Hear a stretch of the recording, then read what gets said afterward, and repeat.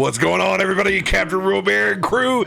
This is called the Netherdeep episode 3, the after show. Let's go. Our first official after show. Yeah. Ooh, let's go. Cool and the gang's all here. Yeah. That was a fun. Okay, so that's how the module starts. I like this. That was a good. I felt like that was a good, strong intro for the module. Like it was lively. There wasn't a lot of pressure. You know, like there was easy RP moments to go in and out of. Pretty easy how you want to design it, like, and have as much like. They have some traits for the characters to go off of, but like you can easily you play it off of however you play it. And with us sitting down there at the very beginning, very chillax, and of course you giving him the give him that little bit of guidance, like, hey, you gonna cheat to win or what? It was good. I like shithead. I enjoy shithead. Yeah, I like that they introduced the rivals so soon. Like we're not like waiting weeks to get to these NPCs and what I assume are the rivals. Yeah, and like there's options on each one of them to be like them to be huge dicks to you, like right off the bat and be like, "Fuck you, you cheater." And get fucking. They may be when they actually figure out who we are. Yeah, for us it's way more like it's like. I'm playing it how like we're going to a festival. Like everybody's in good mood at a festival, right? Yeah, Like I'm gonna play my cards close to my chest. I'm gonna come and show like have a good time, and then I'm gonna Chris Hansen them at the fucking 11th hour and be like, yeah. Hi. So I know you're a sex offender, Captain Solomon. I'm Captain Solomon, and I am the Minotaur in the center of the maze that's here to. I'm Chris Hansen. Why don't you have a seat? And now all I keep thinking is like, is it a corn maze? Generally, if there's corn mazes, there's corn holes, and it's Dude, I didn't even catch though. That was such a smart plug of you catching of like, are you the Minotaur?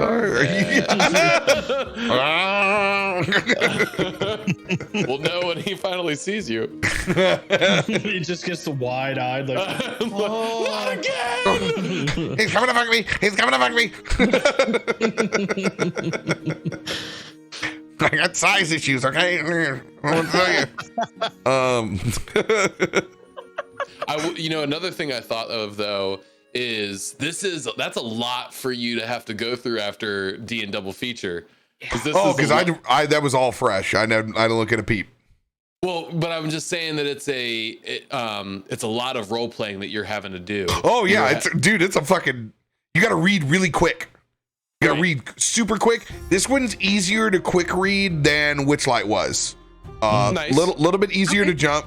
I got on a couple of spots, and so then I would just RP. I would just throw in other RP and try to read at the same time, which I was able to do a couple of times and get to be like, oh, okay, this is what they want me to do, or do it this way, or I just come up with something else on the fly, like okay, just follow this motherfucker, I was just thinking about the fact that you're having to have 5 NPCs now, like strong NPCs, not just the normal shopkeeper type of thing. Like they you've made got them 5 characters you got to play. They made them different enough, so it's easy.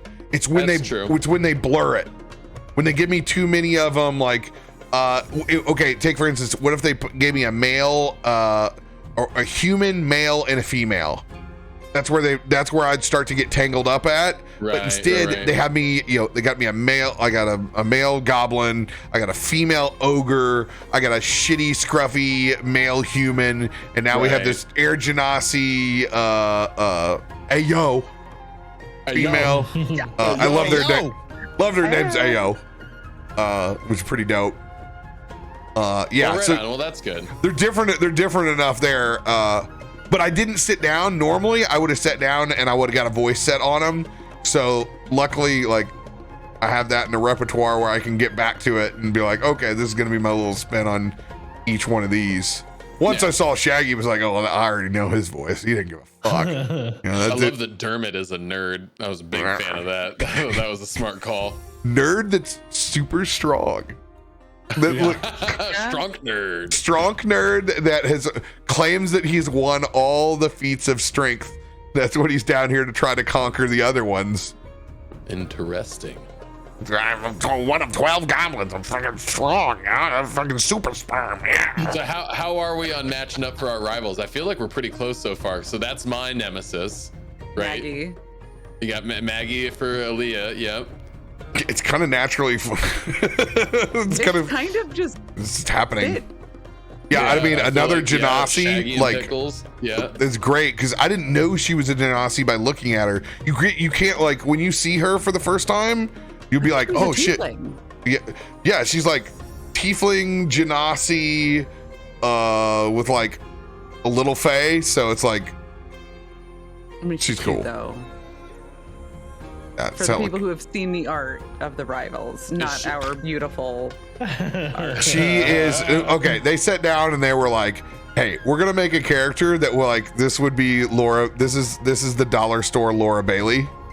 100%. When I looked at it, I was like, "Ayo is dollar store Laura Bailey." 100%. I love that. I'm really glad to hear that, though, that they like are moving away from the big lore dumps and stuff like that, that they had obviously in Curse of Strahd, and then they still were continuing on through Dungeon of the Mad Mage, because there's no way you could like quick read those books. You had to like sit down and read the fucking chapter, you know. So it's good that they're leaning more towards improv than knowing all the lore, like a skeleton. Mm-hmm. Which is interesting because Matt is so heavy on the lore, but there's also so much lore in the original Tal'Dorei, in Tal'Dorei Reborn. This is perfect. It's lore. It's lore as you need it. Okay, I didn't need to sit down and read all about the Kryn. They gave it to me piece by piece. We learned a new deity that's on this next piece that's up here. You learn a little bit at a time. It's also fun having us not give a rat's fuck about it because we're from a different place, so we can all act ignorant, and then it's fun for does Tim hit a roll or not, and then right. Yeah, and it lays out like for Tim's character. When you're bringing up words and stuff like that, I'm like refreshing myself. I'll just like quick do a Google. Yeah, you're hitting Google Yeah, I'm hitting up like the Exandria Unlimited refresh and stuff like that, and trying to just get the quick words and stuff like that, and then I can play like, you know, hey, it's been fucking years since I've been here, so it's like, is this still true? Yeah, is this still true? It's like when, you know, like me going back to Minneapolis this year, I was like, it still looks the same, but it doesn't feel the same. Shit changed. Mentally, you're still making the same drive, but the buildings have all changed. That's what happened. I was like driving down 35 and I was like, it still looks the same, but this shit got like 4 lanes wider. How was that?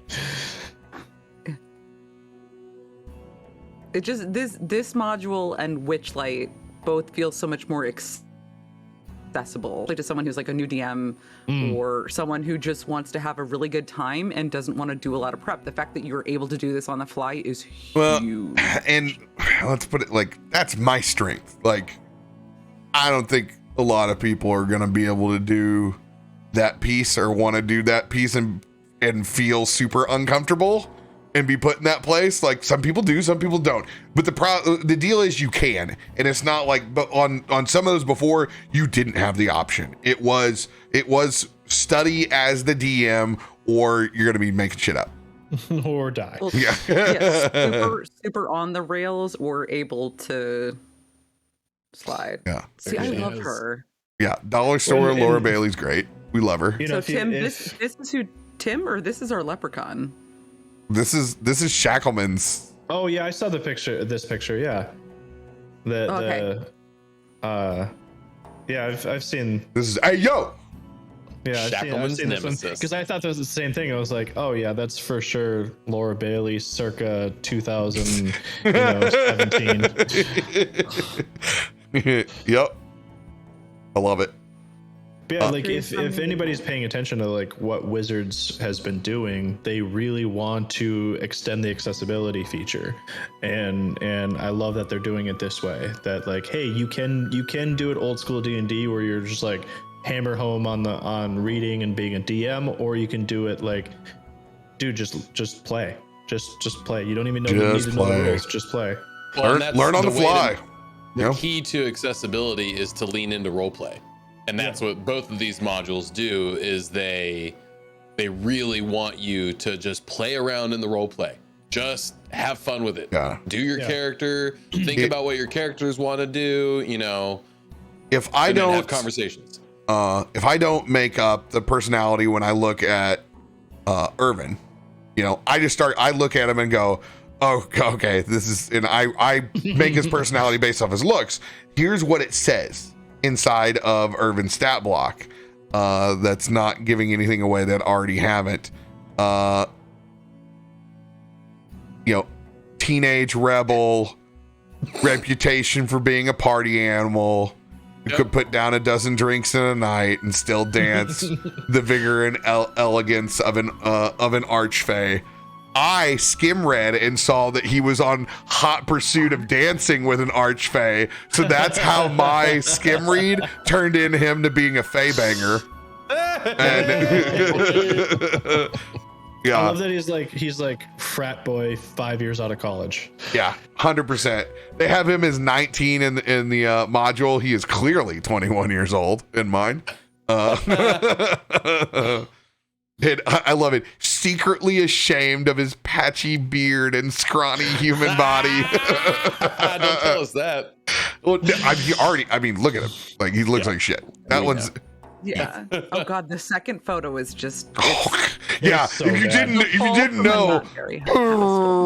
Sad. So sad eyes. That's his My Chemical Romance phase. Yeah. So he's going over. Okay. He was going over the pie eating contest, you know, to like get some bulk on, dog. It's also one way to meet girls. I guess. At a pie eating contest? Okay. Absolutely. Not my preferred approach. No, but it is. But then some strange form of courtship. That's like the next level of like, you take a girl on a date, she gets wine, leave her there. She take a girl on a date, she gets beer, take her home. It's like, meet her at a pie eating contest, you're gonna marry that bitch. This is true. 4 pies that I've had 4. If we can both finish the 5th, we can go back and meet my mom. I mean, it's a great way to judge how long he can be down munching on that pie before coming up for air. Oh my God. There you go. There it is. My brother did meet his wife at the dance floor of Barbecue Fest. You know. Okay. It's like the meaty bones. I got it. To the world famous Mike Rennick band. Shout out to Mike Rennick band, who is essentially a Dave Matthews cover band inside Cape during Sledgehammer, the Dave cover, which is always the closer. Classic. It's good times. There's some real life lore. No, this is fun. And now I get to look at the rest of this and have us rock out the rest of this. I'm gonna look and see kind of like what's cool. I'm gonna look ahead and be like, okay, what's the coolest ones that we don't get out, and nudge for the coolest, and then see where we go, and go for the meetup, because then it's, you know, then it starts going to meat and bones after it gets the circle back to the plunge. We walked past the plunge? Do we know what the plunge is? Well, he said that it's like right next to where we are. It's further down the boardwalk. Okay. Oh God. It's like, it's like you see the boardwalk that goes down from where we're at. I'm pointing like chat or anybody else can fucking see. Yeah, look at the fucking south. All the time. The map is up there. Yeah, it's fine. Southwest corner where we're at. That the plunge is right off of that fucking pier. So whatever it is, it's right down there. So we walk up and then we walk back down. But we ain't going to the fucking Black Islands. I can tell you, Solomon ain't fucking walking out there. we're gonna hit that on the way home. You know, that's the shit my parents would say. But I want to ride the ninja. Oh, don't worry, we'll hit it when the line is cold. Yeah. We'll hit that on the way home. Oh no, we're just getting some turkey legs and going. Pirates on the way out. Yeah. That's what Just that is. used that on my kids at Disneyland 2 weeks ago. That's Pirates of the Caribbean or Mr. Toad's Wild Ride on the way out. Which is a story about drunk driving. If you have Exactly. 100%. There's nothing beneficial out of that, and it's hot as hell. I took Amanda on that ride. It's like 3 minutes long. It's nothing. Yep. And I was like, "Welcome to your drunk, like your PSA about drunk driving." She's like, Yep. "That's what that Don't was about." I was drink like, and drive, yeah. otherwise you're going to hell. Pretty much. Yeah, that was Disney's PSA. Yep. This is wild. Oh, when I learned that, I was like, oh shit. What's the one I went to on the way out? The Finding Nemo one that was on the way out. You get sprayed down if you're hot. Like, hop on Nemo. You get the hose again a little bit, and you're like, oh, thank God. Starting to get a little stuck there. That's awesome. I'm excited. We'll pick back here next week. Further on into the Netherdeep. Love y'all. Thanks for joining us. Catch you later. Is it Thursday? Thursday.